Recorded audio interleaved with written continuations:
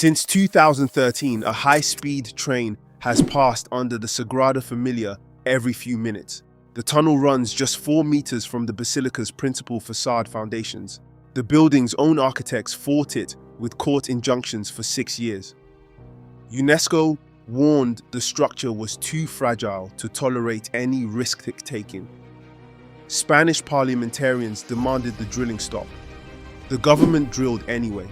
Technical reports predicted the foundations could settle by up to 22 millimeters. The vibration damping systems weren't installed until 2 years after drilling began.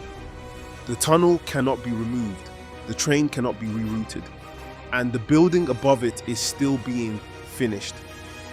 Stand on Carrer de Mallorca, directly outside the Sagrada Familia's main unfinished entrance. Look up. 172.5 meters of stone and concrete, blessed by the Pope, structurally complete this year, officially the tallest church on earth. Now, look down at the street. About 30 meters beneath your feet, every few minutes, a high-speed train passes. Its speed near the basilica is strictly capped. Its tunnel was drilled to a point only 4 meters from the foundations above it. That tunnel was opposed by the building's own architects, by UNESCO's advisory body, by Spanish members of parliament, and by a 6-year legal campaign that ended in court defeat. The trains run anyway. They have run since 2013, and the building above them is heavier today than it has ever been. This is not a story about a tunnel. It is a story about what a government decided was an acceptable risk when the alternative was more expensive. Underneath a structure UNESCO called too fragile to tolerate any slight risk-taking. And about what probably fine actually means when the decision can never be undone. You do not need an engineering degree to read the contradiction. There is a tunnel under one of the most structurally complex, still unfinished, UNESCO-listed buildings in the world. There was another route. Spain considered it and chose this one.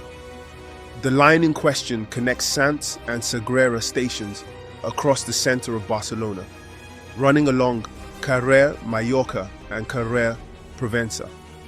Those streets happen to brush directly past and partly under the Sagrada Familia's principal facade. There was nothing accidental about the geography. The route was a decision made by the Spanish government, and it had alternatives. The Sagrada Familia's own committee opposed it. The neighborhood association AV Pel Litoral pushed for a coastal route that would have bypassed the basilica entirely. The campaign ran for years. Then, on the 26th of March 2010, construction of the tunnel began anyway. This was not a surprise ambush. The objections were formal, court-filed, internationally backed, and on the public record. The basilica brought an injunction to force the railway construction company to halt work. They lost. The Spanish Ministry of Public Works claimed the project posed no risk to the church. The Sagrada Familia's own engineers said there was no guarantee the tunnel would not affect the building's stability. 2 statements, both on the record. Only one of them is something you can promise. Then UNESCO weighed in. Their advisory body, ICOMOS, recalled the Sagrada Familia's structural fragility, which cannot tolerate any slight risk-taking, and insisted the views of critical experts must absolutely be taken into account. They required a monthly construction monitoring committee report on any effects to the building's structural integrity. Read that ICOMOS phrase carefully because it is the spine of this entire story. Not tolerate some risk. Not tolerate calculated risk. Not tolerate well-managed risk. Cannot tolerate any slight risk-taking. The margin for error was declared by the world's authority on heritage protection to be Zero. The government drilled anyway. Spanish parliamentarians had urged Madrid to stop because of high risk for the basilica and asked for a new security report. The drilling continued. Now look at the numbers they were working with. The tunnel axis sits approximately 30 meters underground. The Sagrada Familia's own foundation piles reach only 11 to 13 meters deep. In October 2010, the tunnel boring machine passed only 4 meters from the principal facade's foundation. Technical reports predicted up to 22 millimeters of settlement could be expected at the foundations during the works. 22 millimeters sounds small. On a structure this sensitive, engineering papers describe it as a significant concern. The Ministry of Public Works described the project as no risk. Those two statements cannot both be casually true. One of them is doing a lot of work. And here is the part that should land hard. The vibration damping isolation systems.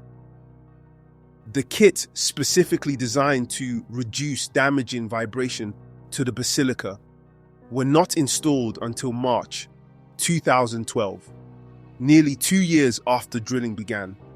The cutter head of the boring machine had to be inspected and repaired in a shaft constructed 1 block away from the basilica, directly adjacent to its foundations, before it could safely continue. Read the sequence the way it actually happened. They drilled first. They retrofitted the protection second. The order of operations was cut underneath the world's most fragile UNESCO basilica, then installed a system meant to make that cutting safe. The basilica's lead architect described the tunneling as an act of vandalism. He noted that every time a convoy goes past, you can feel and hear the vibrations in the crypt. The trains were running. The crypt was answering back. So this is where you might expect the story to end. They built it. The trains ran. There was no immediate collapse. The objectors warned. The objectors were wrong. The government took the risk and got away with it. That is the most dangerous reading of this story, because no damage reported and safe are not the same statement. The basilica is monitored continuously, 24 hours a day, by sensors installed specifically because of this tunnel. According to the building's own communications, that monitoring focuses mainly on the glory facade, the section closest to the tunnel. Inclinometers measure the vertical offset caused by ground movement. The monitoring team's job is to distinguish cyclical atmospheric movements from structural warnings and to detect issues before, in their words, it is too late to repair them. ICOMOS required that monitoring continue indefinitely after the works were completed, as a permanent obligation on the property. Train speed near the basilica remains strictly limited to this day. That is the reversal. The tunnel did not prove the government right. It created a permanent obligation that can never end. What kept this from being a disaster so far is not the strength of the original decision. It is a non-removable system of sensors, speed limits, and vibration controls that must operate without interruption for as long as the trains run and as long as the basilica stands. Strip any one of those constraints and the original risk calculation is back on the table. The government did not solve the problem. It moved it onto a permanent infusion. Now stack what has happened above the tunnel since 2010. In 2010, the basilica was a famous unfinished construction site. Today, it is the tallest church in the world. On the 20th of February 2026, the Tower of Jesus Christ reached its full structural height of 172.5 meters. The Pope blessed it on the 10th of June. Towers complete. Cross on. The structure above the tunnel is heavier than it has ever been. And the heaviest piece is not even built yet. The glory facade, the section that sits directly over the tunnel route, whose foundations were the closest point of the entire boring operation, is the next major construction phase. According to projections, it alone will weigh around 22,500 tons. Estimated completion sits somewhere between 2034 and 2040. So the foundations the tunnel passed 4 meters from are not just supporting more weight today than in 2010. They are scheduled to carry significantly more in the years ahead. That risk margin the government called acceptable in 2010 was calculated against a building that was, at the time, far from finished. There is no formal public recalculation in the sources surfaced here for a basilica completed at 172.5 meters, with a not yet built facade about to land directly over the line of the tunnel. You might think the obvious answer is simple: reroute, stop the trains, move the line. None of those options exist anymore. The tunnel cannot be removed. The route cannot be changed. The line is part of the high-speed connection between Barcelona and France. If you somehow stopped it, which is neither legally nor practically possible, you would strand a piece of European infrastructure that millions of people depend on. The tunnel is the trap. The train is the trap. And the building above is still being finished. That is the full shape of the trap. Once the tunnel was drilled, every option locked in. Run the trains, and the permanent monitoring obligation becomes the price of admission. For centuries, don't run them and a continental rail link goes dark. Finish the basilica and the load increases on foundations that were warned in writing not to tolerate any slight risk-taking.